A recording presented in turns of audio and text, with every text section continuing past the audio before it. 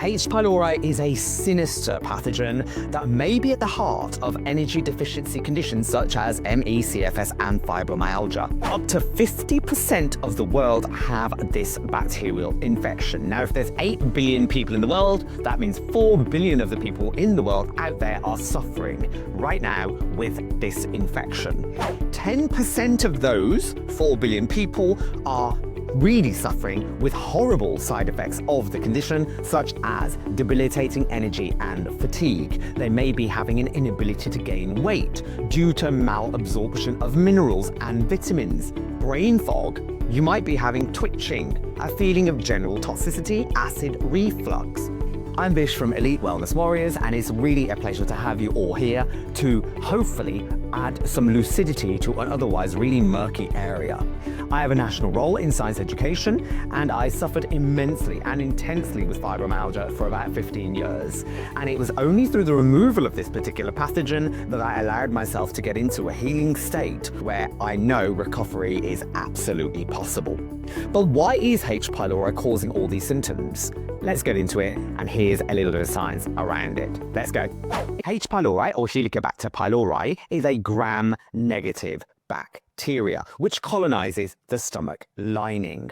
And like all gram-negative bacteria, it's got a thin peptidoglycan layer in its cell wall. It also has an LPS, or lipopolysaccharide layer, embedded in its outer membrane. When H. pylori grows, it divides or it dies, what ends up happening is that little fragments of that outer membrane are basically shed. And that releases lots of this LPS into the gastric mucosa, and in some cases actually into systemic circulation, which is just another word for saying the body, the entire body. LPS and a protein called CagA stimulate an immune response. And that immune response is these things called cytokines, like interleukin-8 or IL-8 for short, and TNF-α. And these in turn will promote histamine release in large quantities from your immune cells, like you might have heard of mast cells and gastric cells, as part of the inflammatory cascade. IL-8 in particular will attract these wonderful things called neutrophils to the area, and neutrophils are absolutely amazing. But the problem with neutrophils, which is part of our immune system, is that it's their job to be highly inflammatory, and as a result of that high inflammation, it can be damaging to stomach tissue. So why is LPS a problem? Why is it an actual issue? Well, LPS is an endotoxin. It's one of the strongest natural stimulators of the immune system. And structurally, LPS has two real problematic parts. The first part is this thing called lipid A, which is a toxic portion, which basically binds to your immune receptors. And the other part is a polysaccharide layer. And the core polysaccharides are quite variable. So as a result of being very variable, it helps that bacteria avoid any immunity or evade immunity. H. pylori's LPS, however, is a bit problematic, and that is that it's just less potent than normal bacterial LPSs. So bacteria just have LPSs anyway, but this one is more subtle and it's less potent. And as a result of its subtlety, it helps it persist chronically. And that is a problem because it doesn't trigger a massive immune response, which normal bacteria would. It kind of induces an immune tolerance and turns the immune system down a little bit, but it still contributes to lots and lots of chronic, smouldering inflammation rather than the acute inflammation that you might get with a serious and nasty immediate infection. But this is very damaging indeed. So it's that real damage that's starting now. You end up with that chronic inflammation, which leads to a higher protein muscle breakdown. You end up with micronutrient deficiencies such as B12, such as B9, such as iron, etc., etc. And that, of course, as we well know, deficiencies in those will lead to fatigue. The fatigue will lead to less activity, and less activity leads to deconditioning. And that then leads to, or as a symptom of, ME, CFS, fibromyalgia, and other energy deficiency areas. So how does the body deal with all that? Well, it secretes something called cortisol. And cortisol is like the water trying to dampen down these fires that the inflammation is causing. You're ending up in a real problem here because you've got lots of undigested food getting through, causing leaky gut. You got LPS getting through, which is getting into the bloodstream and traveling all the way up into our brains, something called endotoxemia, and that is causing neuroinflammation, which then is known to be associated with depression, anxiety, brain fog, or cognitive dysfunction. And fibromyalgia itself is thought to involve the nervous system amplifying pain signals, right?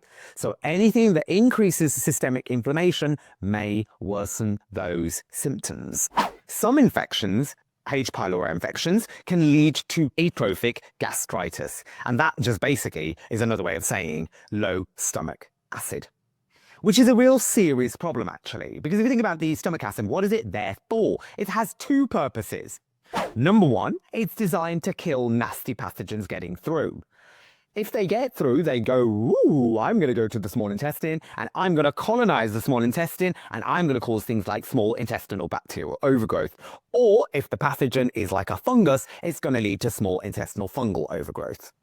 Massive, massive problem, because your small intestine is designed to absorb your food. If you can't absorb your food, you end up low energy and you end up having lots of deficiencies in minerals and vitamins. High quality human studies, such as a meta-analysis, a systematic review done by Erdrich et al. In 2020, confirmed that IBS is common for people with fibromyalgia.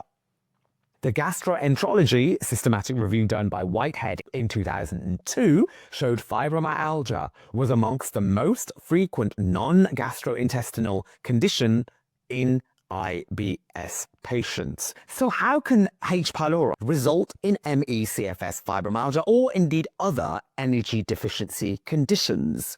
Well, it interferes with mitochondrial function and it will impair ATP production.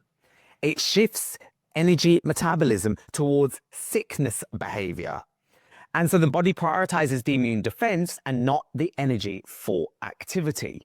And this is why LPS exposure can make people feel just profoundly exhausted. You end up with like a feeling of a flu-like symptom, this malaise that just bothers you and haunts you and just hangs like a dark cloud over you. So get a diagnosis. Do not rely on a blood test to do that. It is not a good way to test current infection. It'll test for historic infection, not current. So get a stool sample done. Send that to your doctor and they will test for those particular molecules in that which would indicate active infection.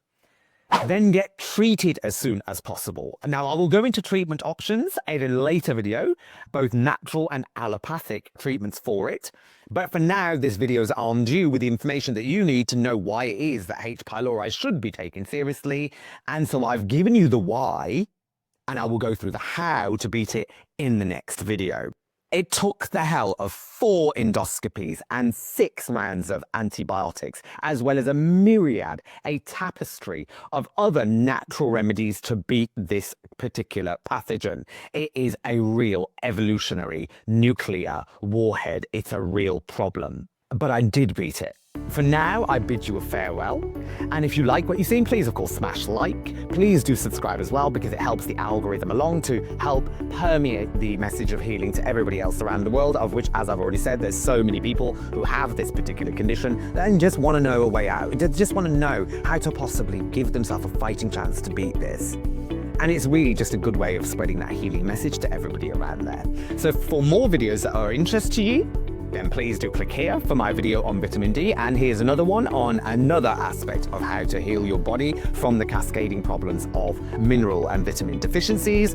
And if you like what you see, then of course find us on Elite Wellness Warriors, the channel on YouTube. And I am, as always, wishing you the greatest health and the greatest well-being from the bottom of my heart. I really do wish you wellness, and may you be surrounded by light always, my friends. Take care, everybody. Take care. Lots of love.